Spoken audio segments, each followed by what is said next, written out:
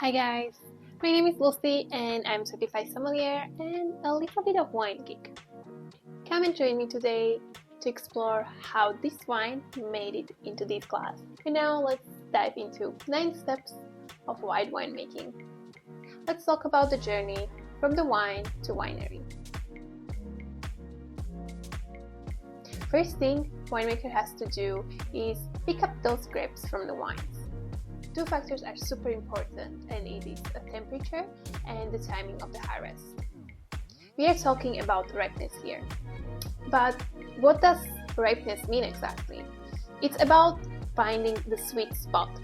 The optimal ripeness is when the sugar is just right, not too high, not too low, and it balances out the alcohol. But let's not forget about the acidity. It has to be just right too.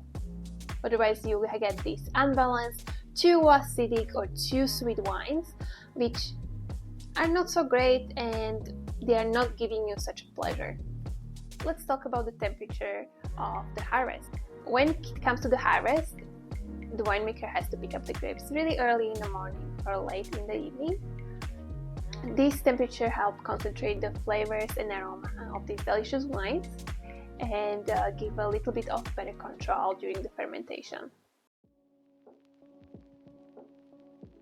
Pick grapes, head to the winery, and then they go immediately to the press. Press is this huge machine in a winery, and it's basically help to separate the skin, pulps, and seeds from the freshly squeezed juice. Most of the commercial winemaker add some sulfur dioxide at this step to stop spoilage in the fermentation process. On the side note, I would like to talk about the sulfur dioxide, and I'll talk about it a little bit more. What is sulfur dioxide? How is it appearing in the wine? And why? From a chemistry point of view, sulfur dioxide is a chemical compound which contains a sulfide ion. In the food and beverage, sulfides are preservative. Wine naturally contains sulfides. It is a byproduct of the fermentation and it helps wine against spoilage or bacterial infestation in the wine. While wine receives a lot of media and a lot of information about containing sulfides, a lot of processed food contains sulfide. You can see on this chart over here that there is a lot of processed food like jam, canned food, dried food, which contain way more sulfides than white or red wine.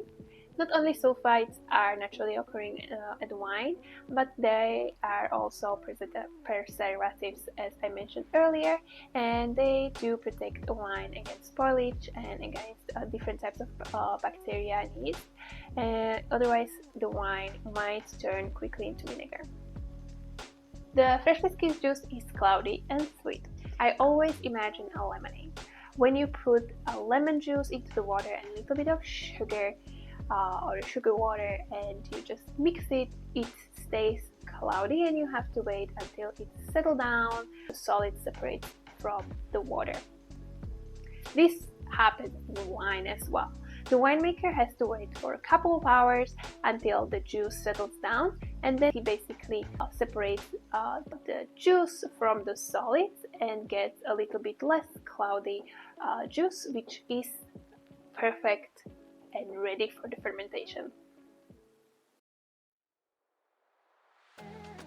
Let's start with the fermentation. What happens? This small yeast eats sugar, make an alcohol, and release CO2. The yeast come either from the commercial package or it is occurring naturally in the winery in the juice.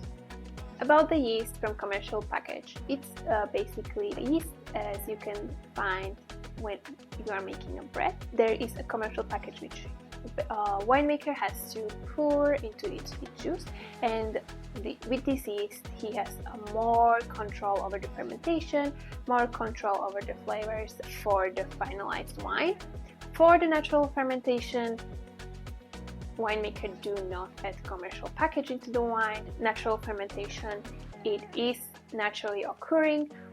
You have yeast everywhere. You have yeast on your skin. You have yeast in the winery. You have yeast in the juice because there was a yeast on the skin of the grape. There is yeast everywhere, and the winemaker does not have so much power over the fermentation. He has to little bit more work and has pay more attention to the winemaking. Next step is fermentation. Fermentation takes about 14 days for white wine to be fermented. The fermentation usually takes place in closed tanks in order to preserve the delicate aromas and flavors of the white wine. One interesting thing about the wine and the sweetness level, it is the winemaker who decides how sweet the wine is going to be. He has the power to stop the fermentation when he desires to, and he is doing it by chilling the juice and filtrating the yeast. Another decision of the winemaker is malolactic fermentation. Malolactic fermentation is a conversion from malic to lactic acid. Basically, malic poops out the lactic acid. You get these rich, creamy flavors in a white wine. Every red wine goes through malolactic fermentation, and it's more rare in a white. Have you bought recently this funky, cloudy wine from the bottle store and you were like, what is this? Well, this is when the winemaker does not filtrate or clarify wine. First, clarifying. This cloudiness in a wine are suspended proteins. The winemaker can get rid of them by clarifying the wine, and he can use clay, X, or casein. For the filtration, it's when wine goes through these small filters, and basically the filters catch the particles in a wine. There is different types of filtration.